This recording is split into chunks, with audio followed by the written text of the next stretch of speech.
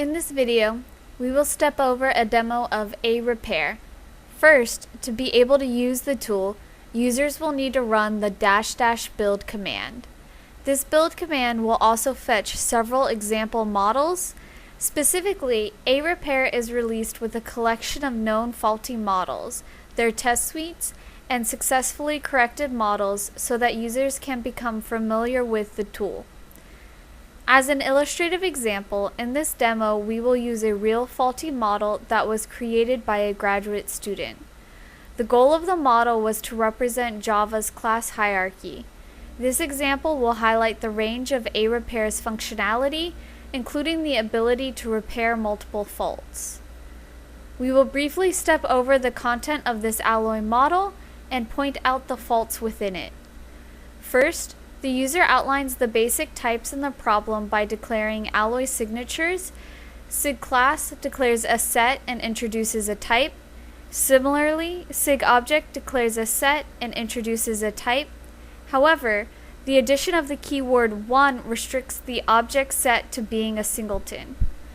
While the body of the object signature is empty, the body of the class signature outlines that each class may extend at most one superclass.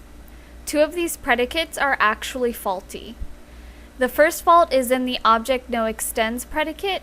The predicate should express that object does not extend any class. However, the alloy constraints in this predicate actually express that for all classes C, the object class is not in C's superclass. The second fault is in the allExtends object predicate. This predicate should express that each class other than object is a subclass of object. However, the alloy constraints in this predicate actually express that for all classes C that are not the object class, C is one of C's superclasses, including C itself. With the model and faults defined, we can now look to run ARepair on this example. To do this, we will execute the -- run command. This command has several required and optional arguments.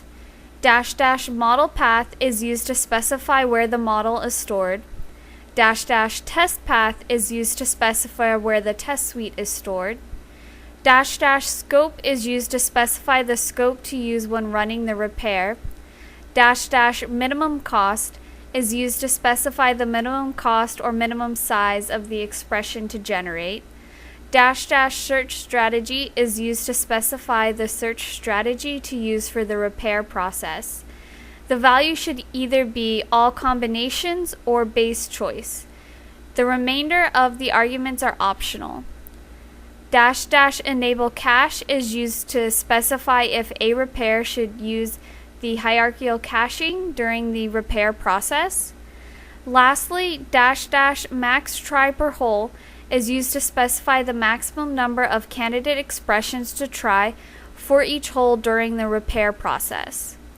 This argument is an optional argument tied to the base choice strategy. When we run the command, you will notice that for each iteration of the repair process, the tool will print the fault localization time and what portion of the ARepair tool fixed the model. That will either be by mutation or by the synthesizer. Additionally, ARepair will print the intermediate model that was found. Unless it is the last iteration, this intermediate model printed has enabled more tests to pass, no passing tests to fail, but it is not a complete repair patch as there are still some failing tests. When we get down to the third iteration, we can see that this time the fix comes from the synthesizer. Iterations fixed by the synthesizer will additionally report the expression generation time and the search space produced. By the end of iteration 3, the model produced by ARepair now passes all tests. Therefore, ARepair will prepare to report this model to the user. In the patched model produced by ARepair, our first fault is fixed with a syntactically equivalent statement to that of the fix that a TA had suggested. For the second fault, ARepair gives a semantically equivalent statement. For further details on ARepair, please see our accompanying paper and open source GitHub repository.